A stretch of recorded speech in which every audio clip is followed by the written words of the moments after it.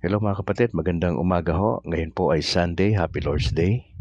At 13 sa buwan ng Abril 2025. Brad Calixto mula rito sa Negros Occidental.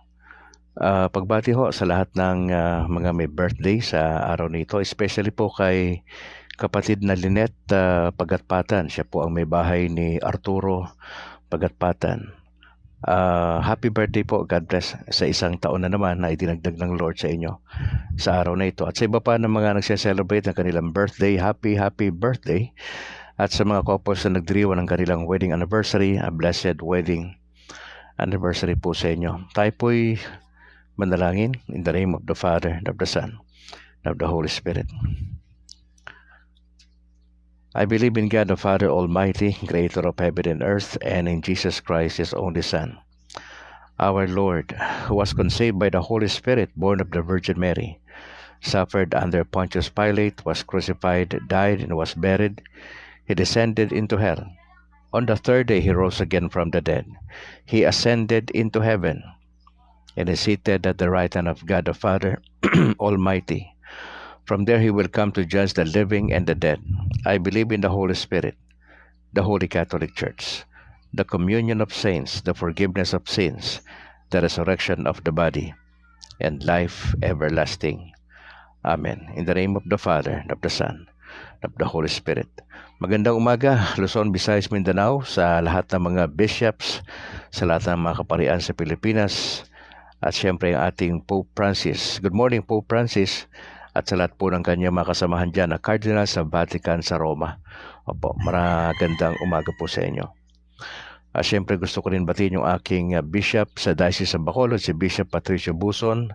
Magandang umaga, Bishop, at sa lahat ng inyong mga kaparian dyan sa San Sebastian Cathedral. Magandang umaga po. At sa lahat ng tropa ng DYAF, magandang umaga po sa inyo. Samanawa kayo ng Panginoon Diyos sa inyong pagbo-broadcast sa technical side din ho. Ang lahat ng CFD sa national, magandang umaga po sa inyo. Dito sa Diocese ng Bacolod, kay Bro Christian Paul Gailan at sa lahat ng mga opisyales, magandang umaga dyan din sa Granada, sa unit natin dyan. Si Bro Doloso, magandang umaga po. Sa Talok at sa Kabangkalan, magandang umaga po sa inyo. Pinabati ko rin yung aking parish priest na si Reverend Father Luan Torrefranca dyan sa San Juan de Pomoceno. Ganun din si Father Nobles at si Father Egay at sa lahat ng mga miyembro ng nabanggit na simbahan. Magandang umaga rin sa aking may bahay kay Annalyn, sa aming dalawang anak na si James Philip at Alana Grace, at sa aking bayaw na si Ate Olive. Ganoon din si Mama Elsie dyan sa bahagi ng Rizal at sa lahat ng aking mga kapatid. Magandang umaga. Dyan sa Pangasinan din, kay Ron, dyan sa US, kay Ate Lydia, maraming salamat.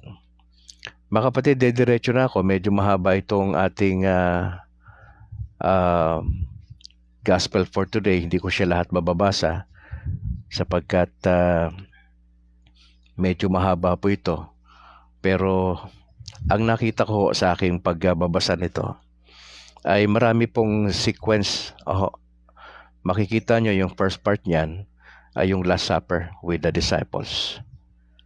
Tapos pangalawa yung argumento ng mga disciples, who was the greatest. Tapos pangatlo yung pagdi-deny ni Peter ng 3 times. At yung highlights dyan na gusto kong puntuhan mamaya ay yung dasal ni Jesus doon sa Gethsemane. Opo. Tapos doon sa Gethsemane na yon, after nung dasal niya ay naandun yung si Judas. Okay. Tapos may tinaga yung kanang tenga ng servant. Pagkatapos po niyan yung pag-aresto sa ating Panginoon, pagharap ni Jesus doon sa mga taong simbahan, kay Pilato, etc. Yung kanyang pagpako sa krus, yung kanyang ilang sinabi, binitawan na salita sa krus, at yung kanyang kamatayan mismo. Actually, ang title ko nito, mga kapatid, Preview of Jesus Suffering. Okay? Bakit preview? Kasi palaspas ngayon di ba? Palaspas sa Pilipinas. Araw ng palaspas ngayon. Triumphal entry. Yan sa kwento sa Biblia. Pero ito, preview ito.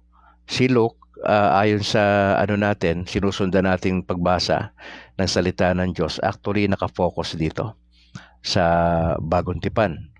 Opo, na yung binanggit ko kanina yung sequence, kaya medyo mahaba siya, hindi siya yung normal na Gospel of the Day na ilang pirasong mga talata lang. Pero ngayon, napaka-espesyal sapagkat kinumbine ito ni Lucas, mga kapatid, yung napakaraming eksena at hinighlights niya nga dyan yung kamatayan ng ating Panginoong Yesus.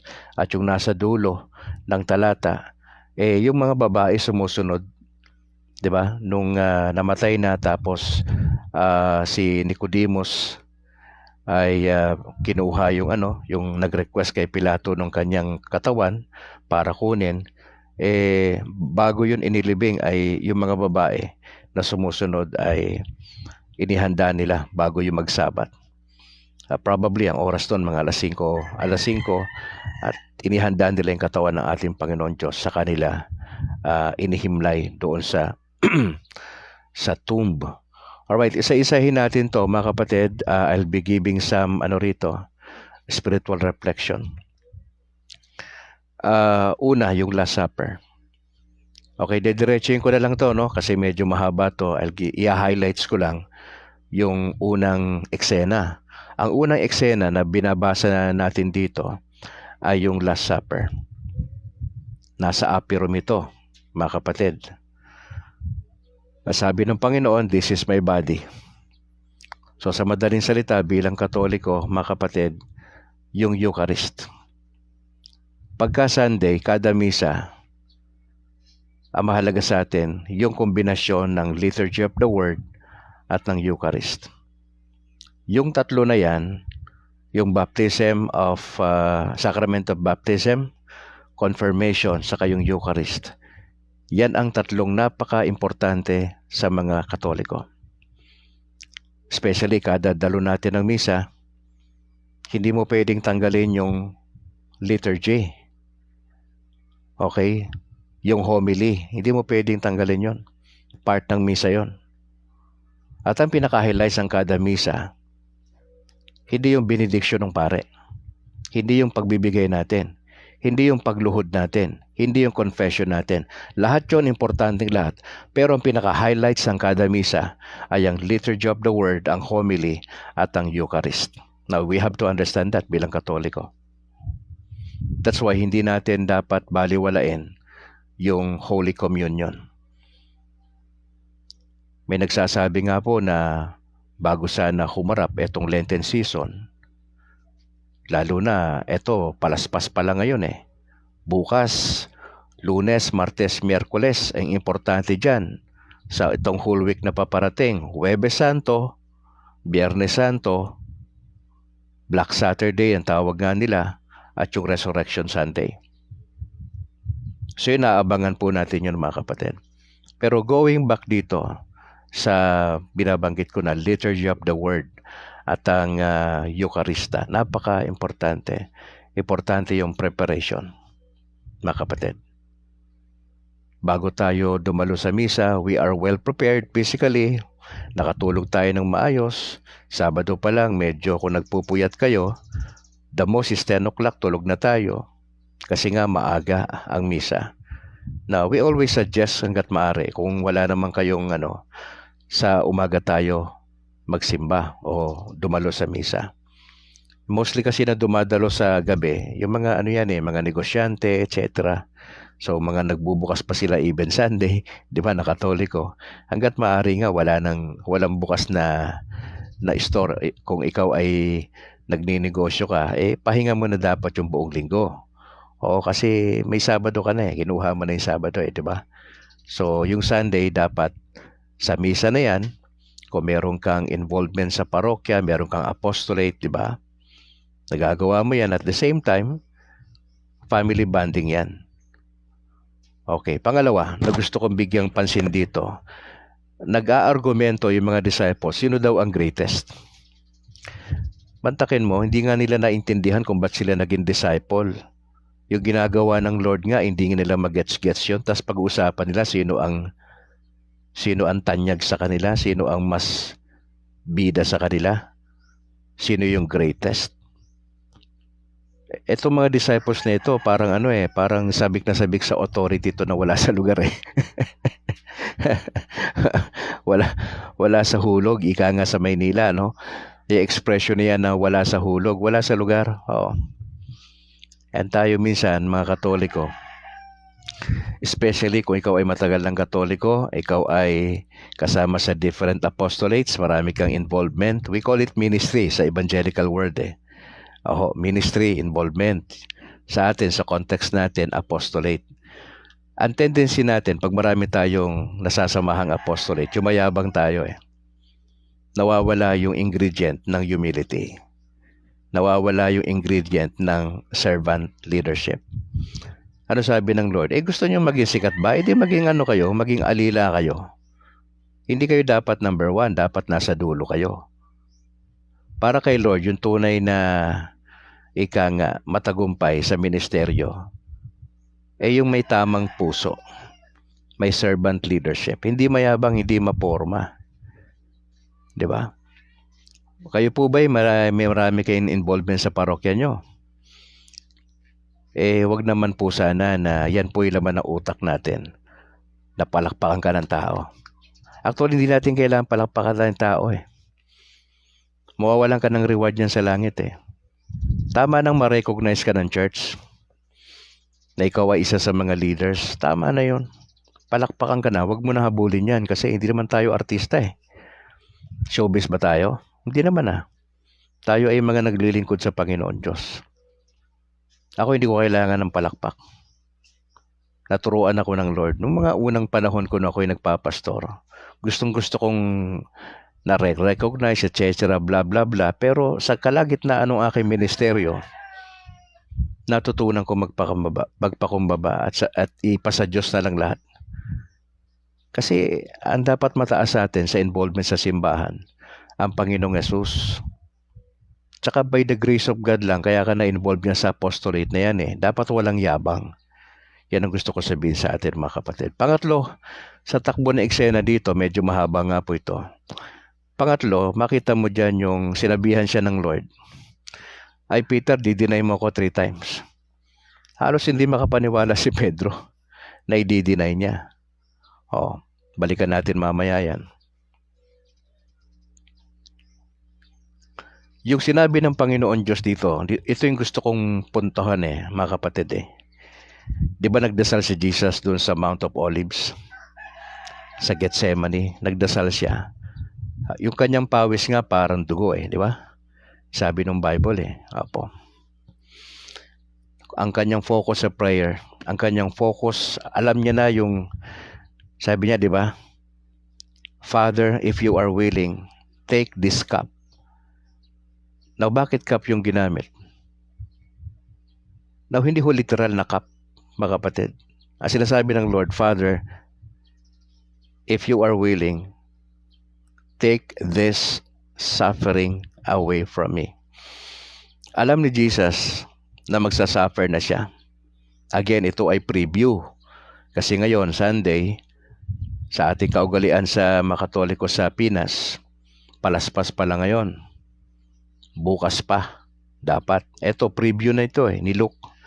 Mga kapatid, ang sabi ng Lord, Father, if you are willing, take this suffering away from me.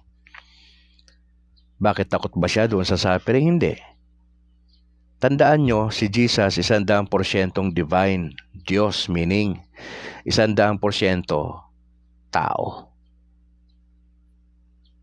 Tao si Jesus Christ, mga kapatid. Nakakaramdam katulad natin.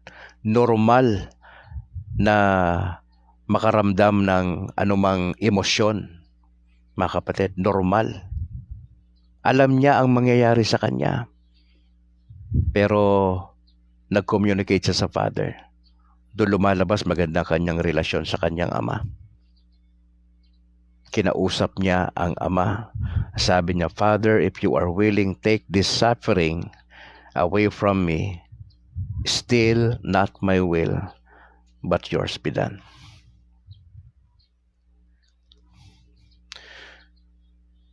Mga kapatid, sa atin ba Sumasandal ba tayo sa biyaya ng Diyos lagi? Hindi ho wise na tanggalin natin, ipatanggal natin sa Lord yung sufferings natin. Minsan inaalaw ng Diyos yung suffering natin sa karamdaman, finances, relationship, negosyo. Pinadadaan tayo ng Lord yan. Tandaan natin to, with a purpose. And mostly, yung purpose na yan, divine. Ang purpose na yan, para matutunan natin na mag-cling tayo sa Kanya at all times. Iasa natin sa Kanya lahat. Yung negosyo, pamilya, edukasyon, karir mo, yung pangkalusugan, lahat. Iaasa mo sa Lord. Kasi nga, created being tayo, privilege lang na tayo ay nagkaroon ng relasyon sa Panginoong Yesus.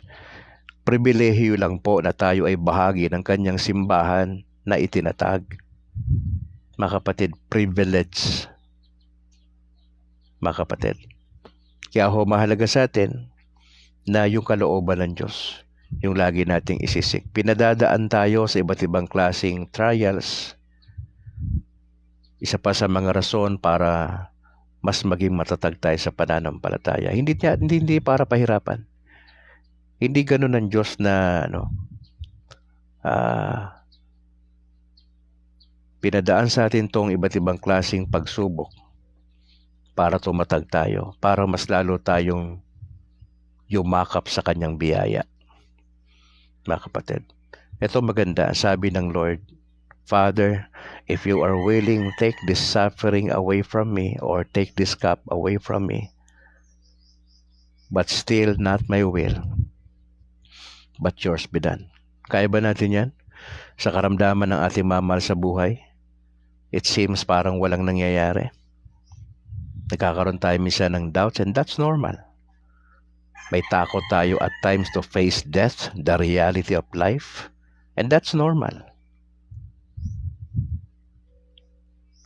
Kaya ba natin sabihin, Lord, huling barahan na namin to.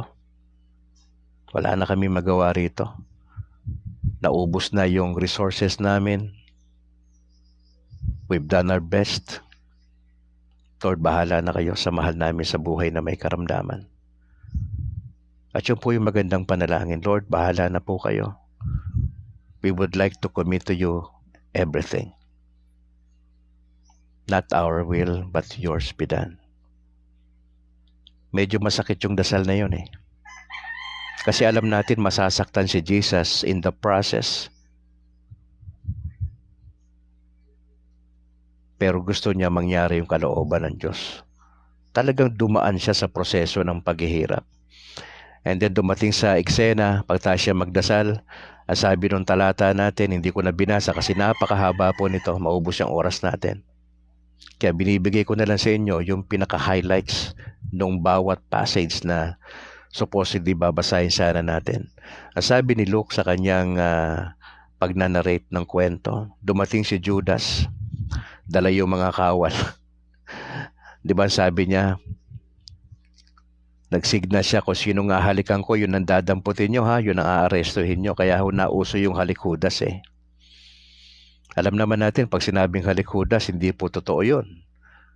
Humalik siya hindi dahil mahal niya si Jesus, kundi humalik si Judas dahil yun ang hudyat para sa mga sundalo, yun ang kanilang target, si Jesus. Ibinenta niya ng 30 pieces of silver, mga kapatid. Tandaan nyo si Judas, part ng grupo yan. Disciple yan. Tandaan nyo si Jesus ang pumili dyan. Now, nagkamali ba si Jesus sa pagpili kay Judas na maging part ng grupo? Hindi. Hindi nagkamali si Judas. Tama yung desisyon ni Jesus na isama niya sa grupo si Judas kasi kasama siya sa kwento. Kung walang Judas, hindi kompleto yung kwento ng kamatayan ng Panginoon Diyos. Importante yung naging role ni Judas. Now, ang paniwala namin dyan dati, ako'y dating pastor pa, nasa impyerno si Judas. Oo, pa yan ang paniwala namin. Yan ang interpretasyon namin. Now, sino ba tayo para magsabi na sa impyerno yung tao?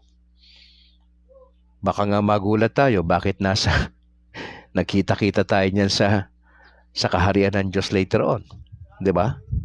Oh, hindi ko alam kung hanggang sa ngayon nasa purgatorio pa yan. O baka naandun na sa langit niya kasi napakatagal na panahon na. Opo. Hindi natin pwedeng alisin sa eksena si Judas. Tandaan nyo, sa bawat kwento, kasama yung mga traidor. Kung may bida, may kontrabida. Lahat ng pelikula, may kontrabida. Wala ako napapanood na puro bida lang. Wala. Ang nagpapasaya minsan ng kwento, yung kontrabida. May mga twist na nangyayari, pero mahalaga ang role nila. Pumangit ba ang pelikula dahil may kontrabida? Hindi, gumanda pa nga lalo eh. Kasi mas lalong na-highlights kung sino ba yung bida. Oh. Naging bida ba si Judas doon sa entire na eksena ng kwento? Hindi. Hindi siya ang pinaka-highlights. Pero yung kanyang role, importante. Sa simbahan ba may naguhudas? I think so. Sa pamilya ba may naguhudas? Yes. Sa relationship ba may mga hudas? Marami. Sa mga Katoliko ba may mga hudas? Bahala na ho kayo dyan. Ang alam ko lang ho, kapag kayo sumasakay sa pampasaherong jeepney sa Maynila, may nakalagay po doon sa jeep, sa may likuran na sticker. Oh, who does not pay? Mapapasama daw ho yung mga taong hindi nagbabayad. Judas ang tawag pala doon sa mga hindi nagbabayad ng kanilang pasahe. Sana hindi ganyan tayo dito sa sa Pilipinas. Nagbabayad po tayo dapat. Halik Judas. Nakita rin ho natin doon na may tinaga. Ang tumaga po noon ay si Peter. Tinaga niya yung kanang tenga nung servant. At doon makita mo pinagaling ni Jesus. Ano pa nangyari? Inaresto ng Panginoon Diyos. Inaresto siya po ay ginawa ng di maganda. Mga kapatid, yun ayon sa kwento. Tapos nandun na po tayo sa humarap na ang Panginoon Diyos sa high priest, sa Sanhedrin. Yan pinaka-Supreme Court nila noong unang panahon. Lahat ng mga usaping pang relihiyon, sila ang nagdi-decide. Hindi ba siya ay piniringan, siya ay sinuntok, ginawa siya ng di maganda. Hulaan mo ako sino sumapak sa'yo, sabi nila. Humarap na siya, sabi sa kanya, if you are the Christ, tells us. Kung ikaw si Kristo, ikaw ang Messiah, sabihin mo na sa amin. Ang sabi ng Lord, sabihin ko man sa inyo, hindi naman kayo maniniwala eh. Tapos marami sinabi ang Panginoon. If I tell you, you will not believe. And if I question, you will not respond. Sabi ng Lord, from this time on, the Son of Man, referring sa kanyang sarili, Son of Man, will be seated at the right hand of the power of God. Diyan sinasabi niya, pareha sila makapangyarihan ng God the Father. Mga kapatid, ay talaga nilang maniwala. At dinala si Jesus doon kay Pilato. Sabi nila, we found this man misleading our people. He opposes the payment of taxes to Caesar and maintains that he is the Christ, a king. Yun ang akusasyon nila kay Jesus. Sabi ni Pilate sa kanya, are you the king of the Jews? Sabi ng Panginoon, ikaw na nagsabi. Tas sabi nga ni Pilate, wala akong makitang kasalanan ng taong ito. Wala siyang makita. Tapos pumasok dun sa eksena yung mga tao. Sinong gusto nyo? Sabi ni Pilate. Si Barabas, siyempre.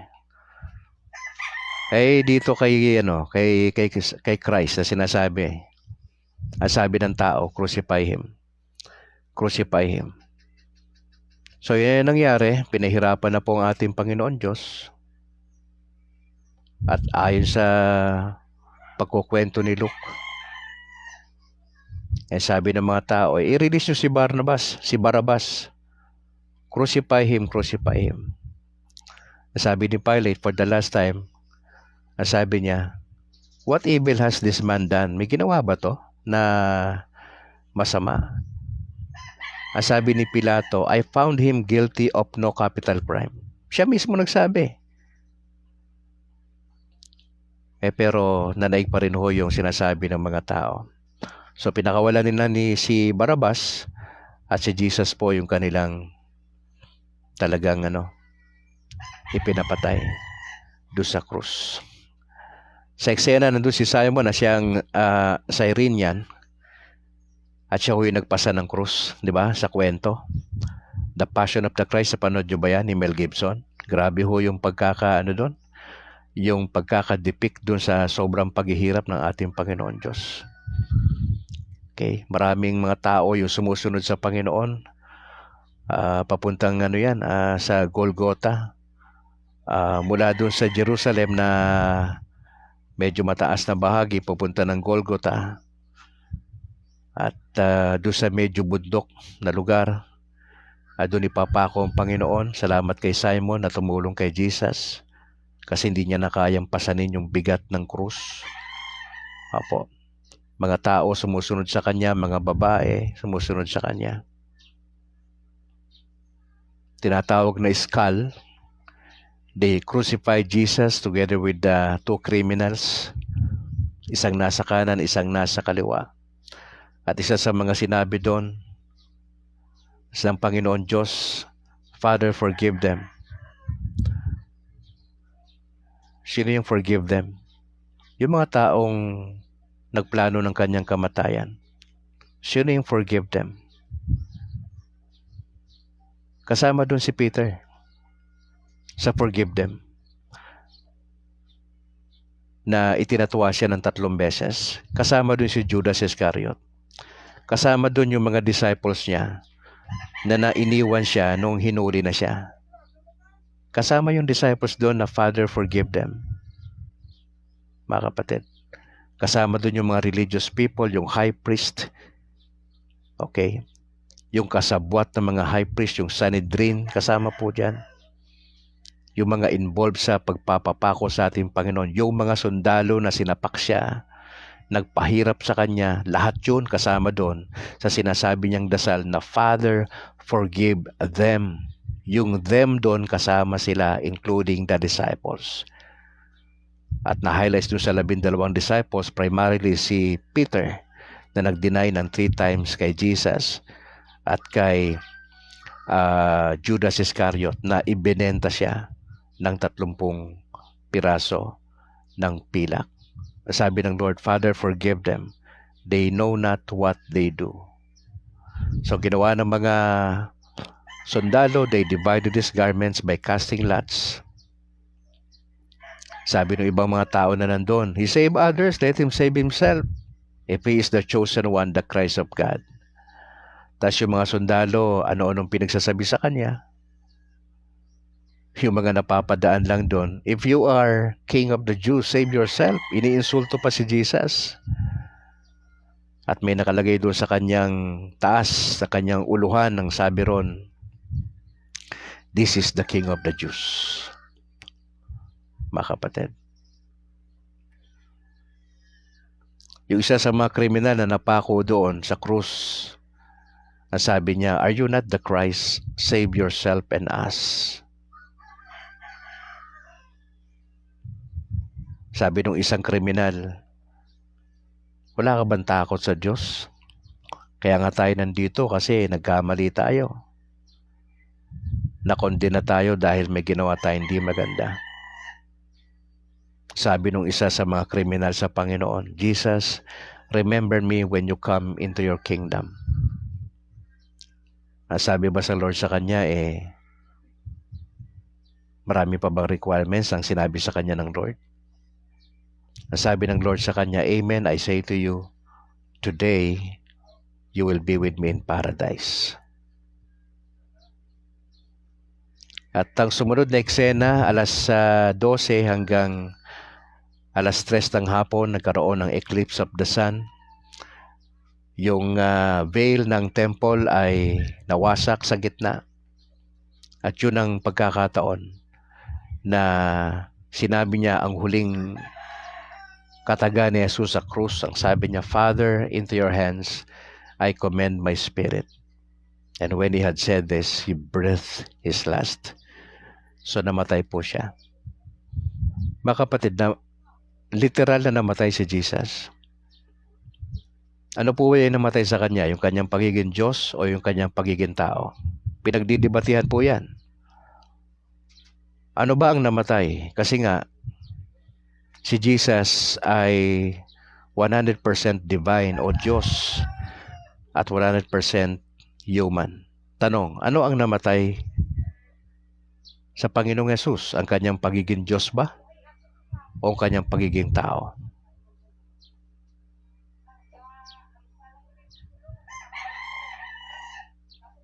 Iwan ko po sa inyo yan, ha? Assignment nyo. Ilagay nyo sa comment section kung ano yung inyong dyan. Ano yung inyong pinaniniwalaan dyan. Ulitin ko sa inyo, namatay si Jesus literal. Hindi po siya hinimatay. Iba yung hinimatay eh. Pag hinimatay ka pwede ka makaano uli, di ba? Ilang minuto lang, may ipapahid lang sa ilong mo, makaka-recover ka. Hinimatay ka lang naman eh. Hindi po siya hinimatay. Siya po ay literal na namatay. Nawala ng hininga. Okay. At ang sabi ron sa ating gospel reading, pagkatapos nabasa yon, ang bawat isa ay luluhod at magpo-pause for a short time. Para saan po? For reflection. Yung nangyari sa Panginoon, hindi ko katatawanan yon. Kaya nga sa ating mga Katoliko, sagrado sa atin yung Lenten season, yung Semana Santa. Sagrado yan. Inaalala natin yan taon-taon. Kaya nga 'di ba meron tayong 40 days na preparation bago yung Semana Santa. Especially Huwebes Santo, Biyernes Santo, Black Saturday, and then yung muling pagkabuhay next week. Yun yung pinaka-highlights natin eh. Sagrado sa ating mga Katoliko yung Semana Santa. At sa mga Protestante at mga Evangelicals, hindi nila kailanman maiintindihan yan. Malibang maging Katoliko sila na katulad ni Brad Calix. They will not appreciate it. Marami silang akusasyong ibabato sa atin and that's normal. Hindi na bago sa atin yan. Ang atin lang, panindigan natin yung ating pinaniniwalaan, mga kapatid. Hindi lang si Pilate yung nagsabi, wala akong makitang krimen sa taong ito para ikamatay niya. Yung centurion din ho, na-witness niya yung nangyari sa Panginoon. Anong ginawa ng centurion? Nung nakita niyang patay na si Jesus, he glorified God and said, ang sabi niya, this man, referring kay Jesus, was innocent beyond doubt. Mantakin mo yung centurion na mayroong 100 sundalo sa kanyang nasasakupan. Nagsabi, hindi lang si Pilate. Sabi ng centurion, this man was innocent beyond doubt. At yung mga tao na nag-usyoso sa nangyaring yon, umuwi na ho sila, nalulungkot sila.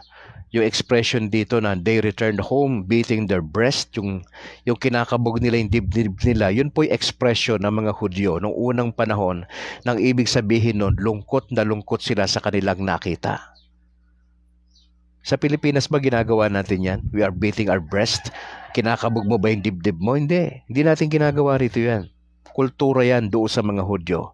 Na pagka may nakita silang isang bagay na sobrang lungkot nila, na sinasaktan nila yung kanilang mga dibdib. Expression yun ng kanilang kalungkutan, mga kapatid.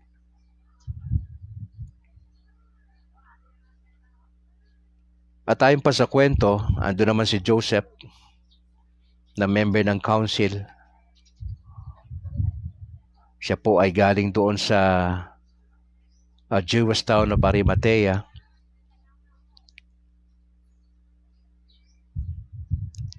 Hiniling niya yung katawan ng ating Panginoon. Pagkatapos niya, inasikaso niya. Magsasabat na po yon. Friday po nangyari yon. At yung mga babae, bago po talaga inihimlay yung katawan ng Panginoon, ay inasikaso nila yung katawan ng ating Panginoon Diyos. At tatapos po yon sa huling mga salita, the women who had come from Galilee with him followed behind. Sa likod lang, nakasunod.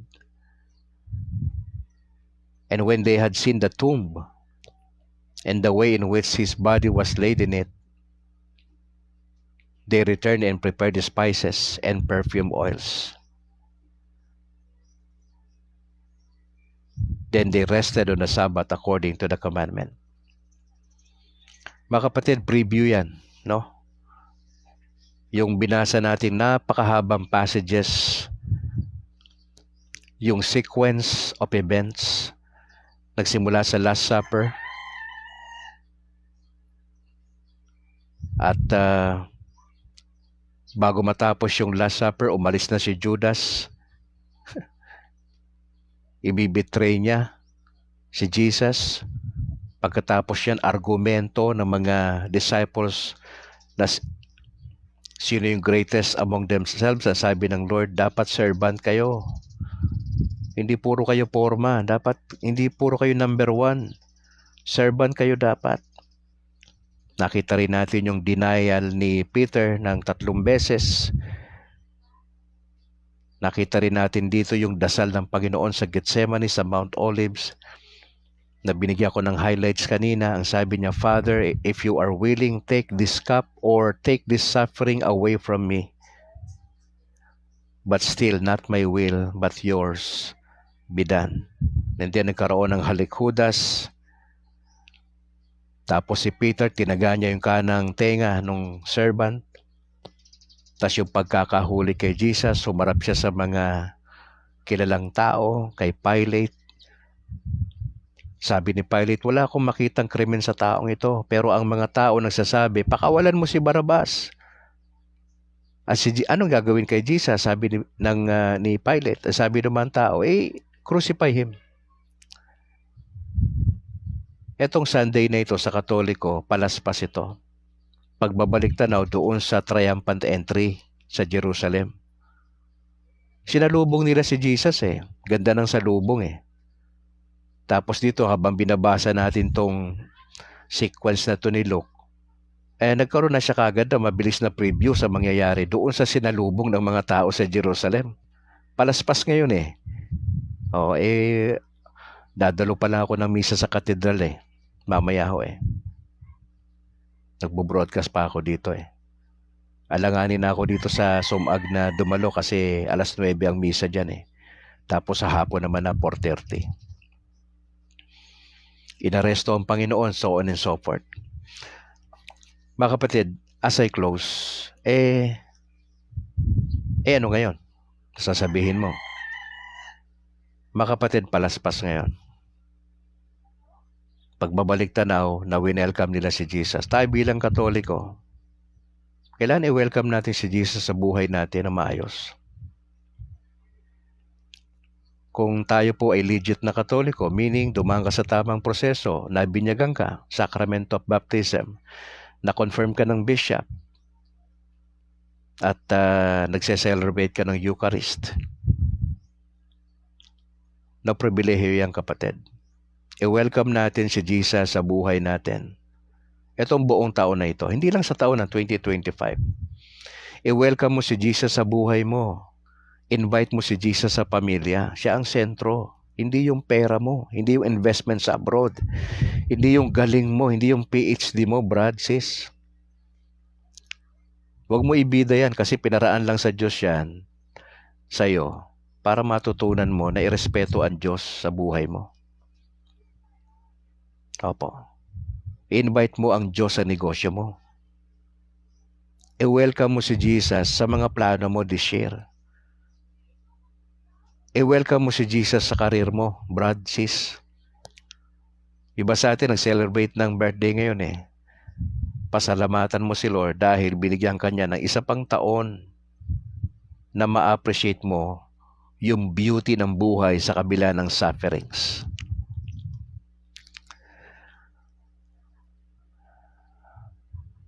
Ang ating tendency bilang Katoliko, kalimutan yung kabutihan ng Diyos. At hindi siya i-welcome sa ating buhay.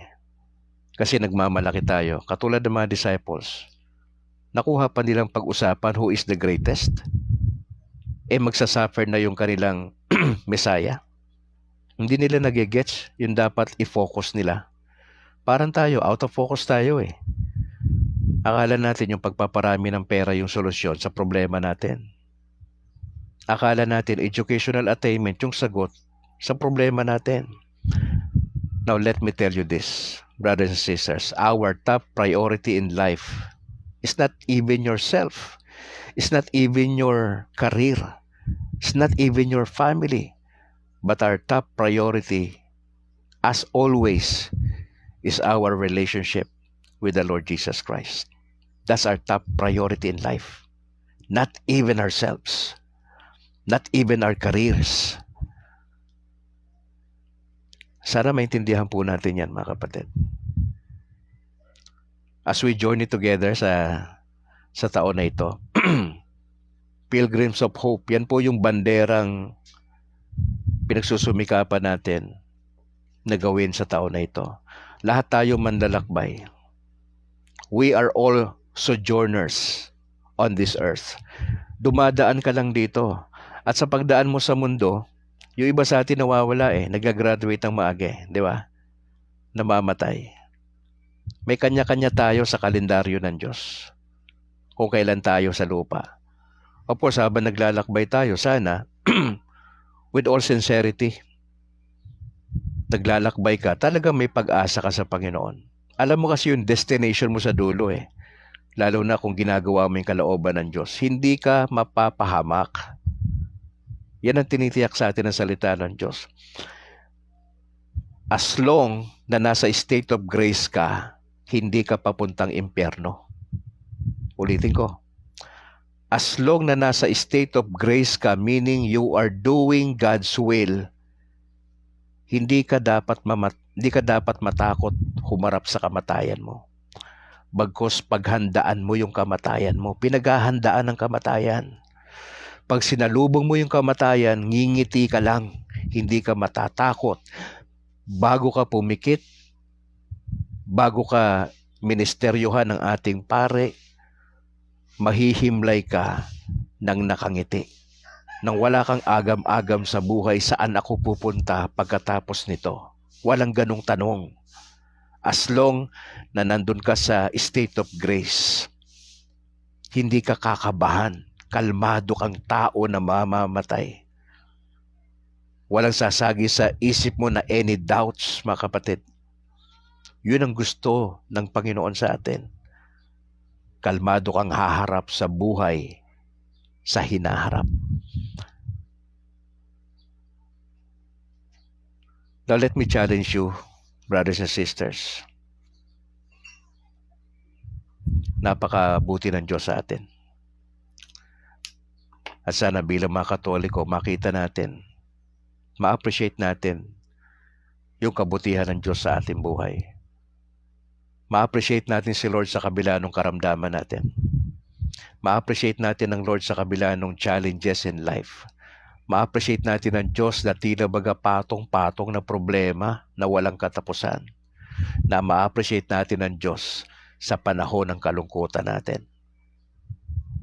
Kung paano nila sinalubong ang Panginoon sa Jerusalem with open arms, na may palaspas nung unang panahon sa Jerusalem, winelcome nila si Jesus, masayang-masaya sila, sana ganun din tayo. Bagamat naghihirap ka sa karamdaman, may challenges ka emotionally, physically sa trabaho mo, if you are an OFWs na may mga sitwasyon ka dyan na di maganda, now promise me and promise Jesus na hindi ka kakalas sa Kanya. Kailangan natin ng matibay na foundation sa Panginoon Diyos, ang pagkapit sa Kanyang salita. Importante ho yun. At yung pagsunod natin sa kalooban ng Diyos. Alright, time check, alas 10:51 sa aking orasan. Happy Lord's Day uli, mga kapatid. At sana nga po itong mensahe na ito ay nakapagbigay ng encouragement sa atin. Kapit tayo lahat sa Panginoon Diyos.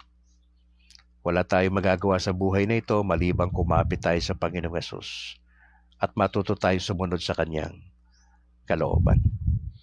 Suportahan niyo po yung ating YouTube channel ni Brad Calix, yung State of Grace TV. Lahat po ng mga reflections natin from Monday to Sundays, nakapost po dyan. Salamat kay Bro George na responsable po na nag-post, nag-upload ng ating mga videos. Yung ating conversion sa Catholic, nandyan din ho nakapost. Puntahan nyo lang ho. Yan po ay libre for your own consumption. Opo. Especially po sa mga Katoliko na kapatiran nationwide and outside Philippines. Lord willing, magkikita tayo bukas. At Lord willing, maaga na tayo, Apple.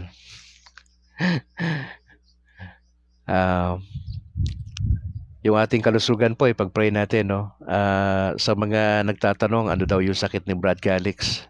I-search po rin nyo sa Google, ankylosing spondylitis. Yan po yung sakit natin. Matagal na ho yan nung ako po ay nadestino sa Pangasinan for 7 years bilang missionary pastor. Yan po yung diagnose sa akin nung na-confine ako sa Baguio General Hospital ng ilang araw. So yan po yung findings ng espesyalista. Ankylosing spondylitis. So sabihin mo lang kay Google, ankylosing spondylitis. Bigay ni Google sa'yo yung information. At least para may idea kayo, bakit ganun yung problema ni Brad Calix? Nahihirapang gumising, nahihirapang matulog. Do your homework, no? Para at least alam nyo kung ano yung problema ko, ha? Ayoko na sabihin dito, At least may idea na kayo ng konti. Pag-pray natin yung nanay ni Apple, na patuloy po sa kalooban ng Lord. Alright, bago tayo manalangin, check tayo ng attendance.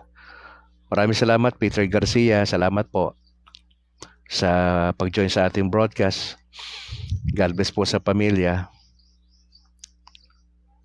Kay Apple, maraming salamat, Apple. Kay Wayne Angel, ito po ay isa sa mga matagal ko na po itong kaibigan, si Wayne Angel, at ipagdasal po natin siya sa kanyang sa kanyang health, no. Madalas po siya magdialysis Matagal na po 'yan. Napakabuti ho ng Diyos sa taong ito. Opo. Bro, maraming salamat. God bless sa pamilya, ha. Salamat din kay Renato Oghayon. Good morning, Brad Calix, watching from Cagayan de Oro. Happy Palm Sunday, Brad, sabi niya. Stalwart Hong, maraming salamat, bro. God bless sa pamilya. At sa buong tropa natin dyan sa CFD, ha. Pastor Romeleo Bigno, maraming salamat po sa pag-join. Peter Pladhero, salamat. Junior Coronel, Jimmy Oren, salamat. Raydan Garcia, Atia Montejo, salamat po. Maraming salamat. Alright. If you would like to help po kay Brad Calix, no, andyan naman yung ating nakalagay naman dyan sa ating screen. Kung saan nyo maaari ipadala ang inyong love gift. Mga kapatid, marami tayong kailangan sa ating studio. If you would like to donate, no, marami tayong kailangan dito. Para po sa ikagaganda ng ating broadcast. Sige lang po. Open po yung mga donations ninyo. At yung grupo ho namin na Catholic Faith Defenders, meron po kaming mga items na na-produce na pwede nyong mabili. Pasya lang po kayo doon sa Catholic Merchandise po na Facebook page. At doon po nyo makikita yung mga items na pwede nyong mabili. At yung bahagi po ng kikitain niyan ay ginagastos po namin sa pag-ikot sa buong Negros Occidental para mag-conduct ng mga recollection sa mga schools, magbigay ng mga seminars, mag-orient doon sa mga parokya na wala silang Catholic faith defenders, doon ho napupunta yan. Kaya ho, makakasiguro ho kayo na yung inyong gagawin ay talagang makakatulong po talaga sa evangelization. Once again, happy birthday kay Lynette Pagatpatan. May bahay ni Bro Arturo Pagatpatan. Happy birthday. Opo, maraming salamat for joining. Pakishare po yung ating video ha, mga kapatid. Oho. Sige, tayo po yung manalangin. In the name of the Father, and of the Son, and of the Holy Spirit. Ama, salamat sa umagang ito.